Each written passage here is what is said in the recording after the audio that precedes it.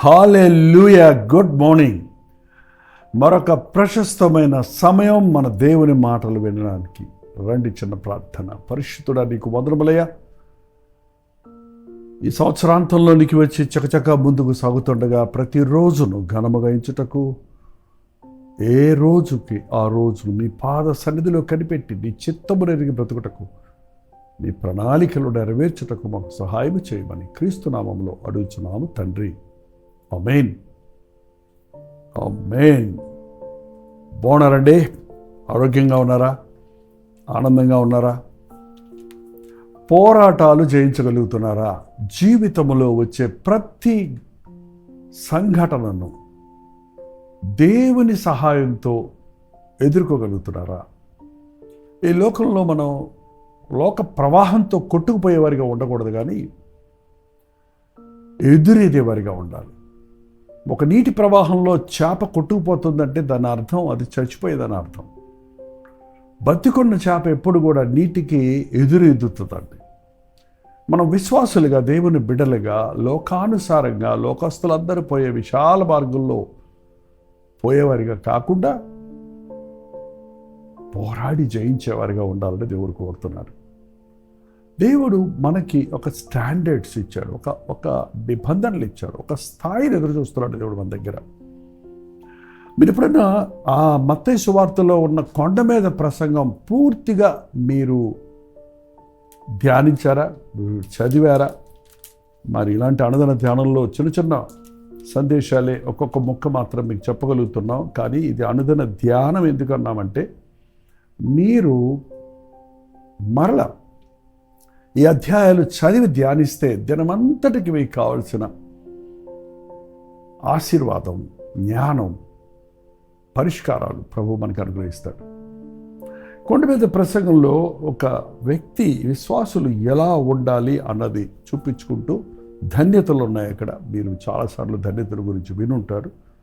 మిగిలిన సారం చూసినట్లయితే, జనులు మిమ్మల్ని నిందిస్తారు, హింసిస్తారు, మీ మీద చెడ్డ మాటలల్లా పలుకుతారు, కానీ మీరు కృంగిపోవద్దు, సంతోషించి ఆనందించండి, పరలోకమందు మీ ఫలము అధికమవుతుంది. మీరు ఉప్పై ఉన్నారు, ఏమంటే మీరు లోకానికి వెలుగై ఉన్నారు అని కూడా ప్రభువు చెప్పాడు. ఉప్పు సారాన్ని ఇస్తుంది, లోకానికి వెలుగు. మరి వెలుగు చెడు మంచి చెడులను దారిని చూపిస్తుంది, ఏది అని తెలుస్తుంది. ఇవి చెప్పుకుంటూ వెళ్ళి సాధారణంగా ధర్మశాస్త్రంలో ఉన్న పదాజ్ఞల ప్రకారంగా మేము ఫాలో అవుతున్నాం. ఒక యవనస్తుడు పరిగెత్తుకుంటూ వచ్చి నిత్య జీవానికి వారసుని అవ్వడానికి నేనేం చేయాలి అంటే, నేను పదాజ్ఞలు వెంబడిస్తున్నాను, వాటిని చిన్నప్పటి నుంచి నేను అనుసరిస్తున్నాను అన్నప్పుడు ప్రభు వాటిని వివరంగా చెప్పిన మాట ఏంటంటే, ఇక్కడ మనం చూస్తున్నాము 21వ వచనంలో, నరహత్య చేయవద్దన్న మాట విన్నారు కదా, నేను మీతో చెప్పునదేమనగా, తన సహోదరుడి మీద కోప్పడువాడు నరకాగ్నికి పాత్రుడు. కత్తులు తీసుకొని మనం ఎవరిని చంపలేం లేదేమో, కానీ మనం ఇతరుల మీద కోప్పడుతున్నాం, అసూయపడుతున్నాం. అసూయతో వచ్చిన కోపం, ద్వేషంతో వచ్చిన కోపం ఏంటండి, ఈ రోజున మన అహాన్ని ఎవరన్నా ముడితే ఎక్కడ లేని కోపం. నువ్వు నీ పొరుగువాని మీద కోపపడితే, ఆ మాటకు వస్తే భార్యాభర్తలు ఒకరి మీద ఒకరు కోపడుతూ చూస్తున్నాం, అన్నదమ్ములు ఒకరి మీద ఒకరు కోపడుతూ చూస్తున్నాం. కోపము పాపమండి. అందుకనే కోపపడుడి కాది, పాపము చేయకుడి. పాపం విషయంలో కోపం అనేది ఒక ఉద్రేకం కాబట్టి, ఒక భావన కాబట్టి, మీ యొక్క భావన చూపించండి. కోపం అనేది మీరు అంగీకరించడం లేదు తెలియచేయడానికి, అంతేగాని స్వార్థం కొరకు మీరు కోపపడద్దు. ఒకవేళ పొరపాటున కోపపడితే సూర్యుడు అస్తమించే వరకు మీ కోపాన్ని నిలిచి ఉండనీయకండి. చెప్పండి, నిజంగా అనుదిన ధ్యానం వాక్యం వింటున్న మీరందరూ రోజంతా ఎవ్వరి మీద కోప్పడకుండా దూషించకుండా, శపించకుండా, చేసుకోకుండా ఉంటున్నారా? మీ మనసాక్షిని కాపాడుకోండి. మిక్కిలి కోపిష్టి అయిన మోషేను మిక్కిలి సాత్వికుడిగా చేసిన దేవుడు నిన్ను కూడా నీ కోపిష్టి కూడా నుంచి విడిపించగలడు. రెండో మాట ఆయన చెప్పాడు, వ్యభిచారం చేయవద్దన్న మాట మీరు విన్నారు కదా, నేను మీతో చెప్పున్నదేమనగా, ఒక స్త్రీని మొహపు చూపుతో చూచు ప్రతివాడు అప్పుడే తన హృదయంలో వ్యభిచారం చేస్తున్నాడు.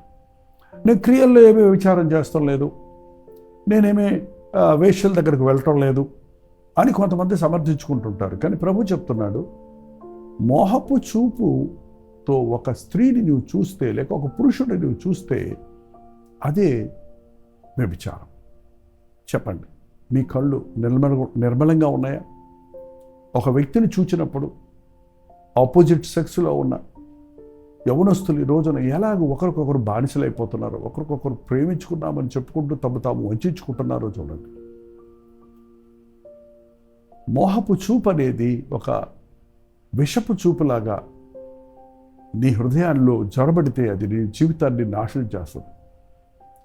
సంసోను వంటి బలవంతుడు ఒక చూపులో పడిపోయి తన జీవితాన్ని నాశనం చేసుకున్నాడండి. మీ చూపులు, మీ కన్నులు పవిత్రంగా ఉండాలి. పాపము మానలేని కన్నులు గలవారిగా ఈ రంచదనాల్లో మనుషులు ఉంటారని దేవుని వాక్యం సెలవిస్తుంది. మీరు చూడకుండా ఎలా ఉండమంటారండి? రోడ్డు మీద వెళ్తున్నప్పుడు ఎందరో కనపడతారు. There is nothing wrong, but there is sin in second look. చూసిన దాన్ని మళ్ళీ తేరి చూసావంటే, మళ్ళీ వెనక్కి తిరిగి చూసావంటే, మళ్ళీ తల పైకెత్తి చూసావంటే అది నీవు ఆ యొక్క తప్పైన ఆలోచనకు నువ్వు చోటిచ్చావని అర్థం. కాబట్టి మీ చూపులు, మీ కన్నులు పవిత్రపరుచుకోవాలి. అపవిత్రమైన దృశ్యాలు చూడకండి. పాపం కాదనుకొని సమర్థించుకోకండి. మీ హృదయం పాడైపోతుంది, మీ మనస్సు పాడైపోతుంది.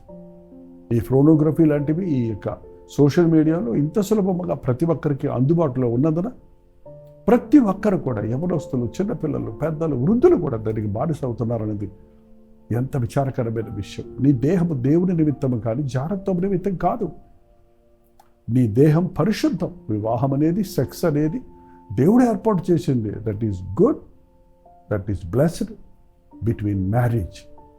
వివాహానికి బయట జరిగే ప్రతిదీ కూడా వ్యభిచారమని, వేశ్యాంగమని దేవుడు వ్యభిచారులను, వేశ్యాంగులను తీర్పు తీర్చక మారడని దేవుని వాక్యం సెలవిస్తుంది. ఇవాళ చాలామంది నేనేం తప్పు చేస్తాం లేదు, బాయ్స్తో బాయ్స్, గర్ల్స్తో గర్ల్స్, మేమేదో కొంత మా ఇచ్చలు తీర్చుకుంటున్నామని సంతోషపడుతున్నారు. అది మరింత భయంకరమైనటువంటి పాపం అన్నది కూడా గుర్తించండి. దేవుడు సృష్టించినప్పుడు స్త్రీని గాను పురుషుడు గాను సృష్టించాడు. వారిని పవిత్రమైన వివాహ బంధముతో జతపరిచాడు.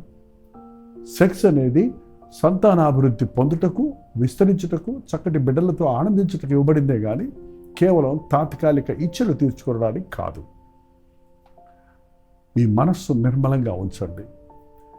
ఒకవేళ మీరు మోహపు చూపుకు చోటిస్తే వెంటనే దాని కొరకు పశ్చాత్తాపడి మీ హృదయాన్ని మార్చగలిగిన శుద్ధ హృదయాన్ని కలుగు చేయని ప్రభు కుమార్ పెట్టండి. దావీదు అలాగే ఒక మోహపు చూపుకు చోటించి విచారంలో పడి జీవితం అంతా గద్దరద్దరు చేసుకున్నాడు.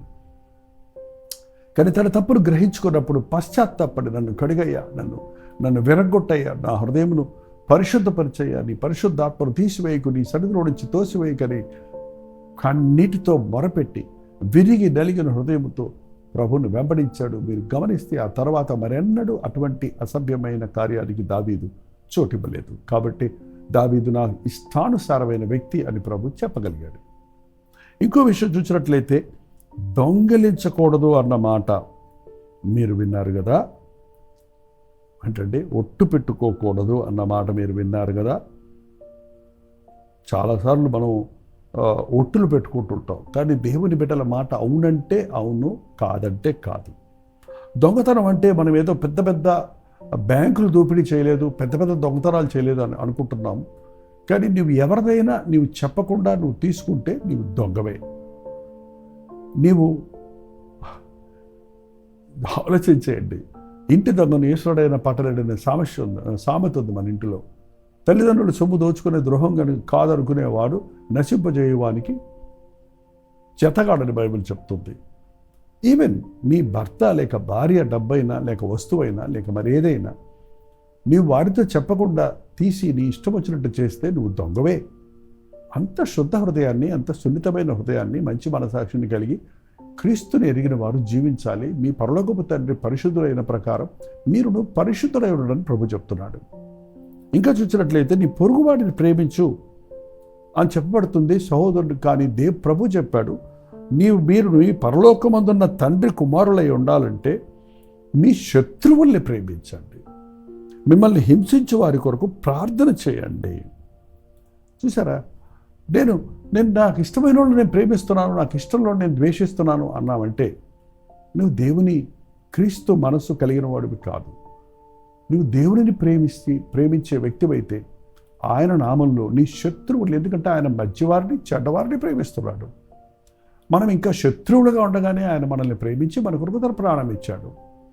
క్షమించబడ్డ మనం ఇతరులను క్షమించడం నేర్చుకోవాలి. అందుకే ప్రతిసారి మనకు ద్రోహం చేసిన వారు, మనల్ని బాధ పెట్టిన వారు, మనల్ని మోసం చేసిన వారిని గురించి మనం అక్కసు వెళ్ళబుట్టేవారిగా, పగ తీర్చుకునేవారిగా ఉండకూడదని దేవుని వాక్యం సెలవిస్తుంది.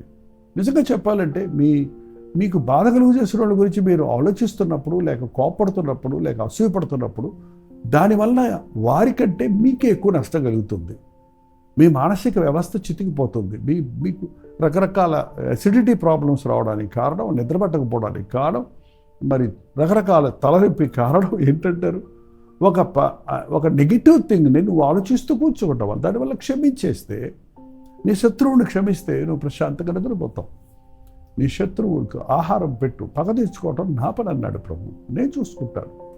అవును, మనం ప్రేమించడమే నేర్చుకోవాలి. మన పరలోకపు తండ్రి పరిపూర్ణుడు కనుక మనం కూడా అన్ని విషయాల్లో పరిపూర్ణులుగా ఉండాలి. 48వ వచనంలో తర్వాత ప్రార్థన గురించి దేవుడు చెప్పాడు, ఇలాగ ప్రార్థన చేయడానికి. మనం ఈ మధ్య ధ్యానించాం కదా.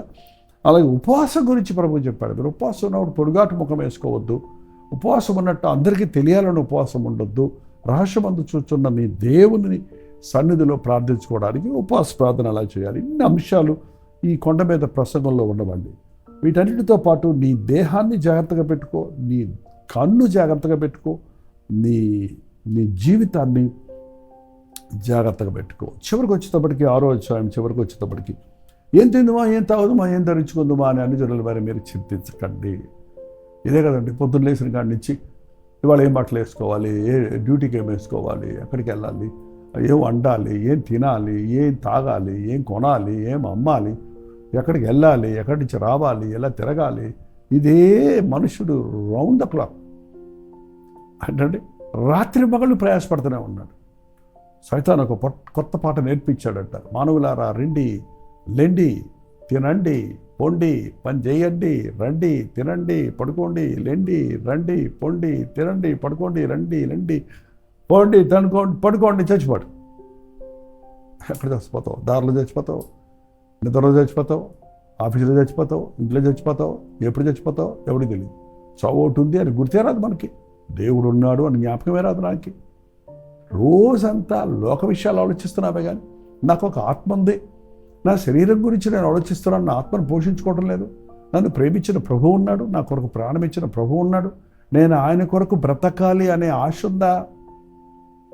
ఆయన వాక్యం ధ్యానించడానికి సమయం ఉందా? ఆయన సన్నిధిలో ప్రార్థించుకొని దినచర్యలు ప్రారంభించడానికి అభ్యాసం చేసుకుంటున్నారా?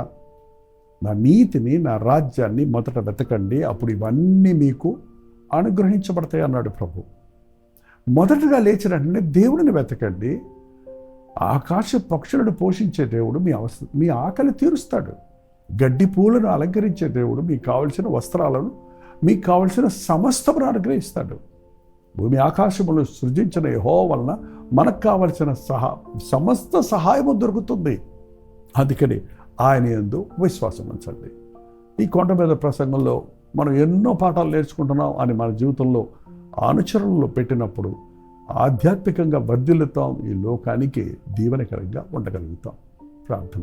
పరిశుద్ధుడా, ప్రేమగల తండ్రి, ఎవరెవరు ఎక్కడెక్కడి నుంచి మాటలు వింటున్నారో ఆనాడు కొండ మీద నీవు కూర్చొని నీ శిష్యులకు చెప్పిన ఈ మాటలు ఈనాడు నీ బిడ్డలమైన మాతో పరిశుద్ధాత్మని ద్వారా జ్ఞాపకము చేస్తున్నందుకే వందనములయ్యా. నీ వాక్యానుసారంగా జీవించుటకు, నీ యందు విశ్వాసం ఉంచుటకు, మా ప్రతి అవసరత తీర్చున్నట్లుగా ఎప్పటికప్పుడు ప్రార్థనలు నీ సన్నిధిలో కనిపెట్టుటకు సహాయం చేయి. నా పరలోకపు తండ్రి, పరిపూర్ణుడు గనక నేను పరిపూర్ణుడుగా ఉండాలి, పరిశుద్ధుడు గనక నేను పరిశుద్ధుడుగా ఉండాలి, ఆయన కనికరము గలవాడు కనుక నేను కనికరము గలవాడుగా ఉండాలనే ధ్యాసతో, ఆశతో బ్రతుకుటకు మాకు సహాయం చేయమని క్రీస్తు నామములో అడుగుచున్నాను తండ్రి. ఆమేన్.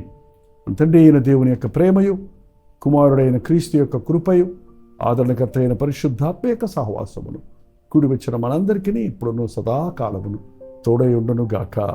ఆమేన్. దేవుని స్తోత్రం. ఎలా ఉన్నారు? మీ హృదయం ఎలా ఉంది దేవుని ముందు? మీ జీవితం ఎలా ఉంది? పరిశీలించుకోండి. మీ బలహీనతలు మీరు గుర్తించినప్పుడు మీకోసం ప్రార్థన కావాలంటే మాకు తెలియజేయండి. 954041 నెంబర్కి, లేదా 91001003 నెంబర్కి. మీరు నిర్దేశాల్లో ఉంటే మీరు పంపించే వాట్సాప్లు అన్నీ మేము పరిశీలించి ప్రార్థిస్తున్నాం. తప్పక ప్రభు మీకు జవాబిస్తాడు. మీరు కూడా ప్రార్థించండి. ఎక్కడ ఆగిపోయారో, ఆధ్యాత్మికంగా ఎక్కడున్నారో దేవుని దృష్టిలో అని పరిశీలించుకోవడానికి దేవుని వాక్యం పఠించడం, ధ్యానించడం, ఆలకించడం మనకెంతో మేలు. ప్రోచితమైతే మధ్యాహ్నం 3 గంటల హెచ్చరిక, అలాగే రాత్రి 9 గంటల కలవరి ప్రతి తోడిలో మళ్ళీ కలుసుకుందాం. అంతవరకు దేవుని మహాకృప మీకు తోడేడుగాక.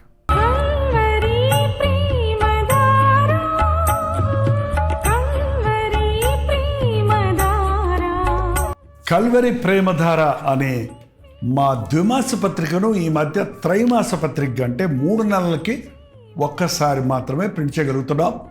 మరి గత 40 సంవత్సరాల పైబడి కొనసాగుతున్న ఈ పత్రికను ఆపు చేయటం ఇష్టం లేక దీన్ని త్రైమాస పత్రికగా మార్చున్నాం. మీరు కల్వరి ప్రేమధార పత్రికను చదువుతున్నారా? ఒక ఉచిత పత్రిక కావాలంటే ఇవ్వాలే మీ పేరు, చిరునామా, అడ్రస్తో పాటు ఇంటి నెంబర్తో పాటు క్లియర్గా పంపించండి. తప్పకుండా ఒక ఉచిత పత్రికను మీకు పంపిస్తాం.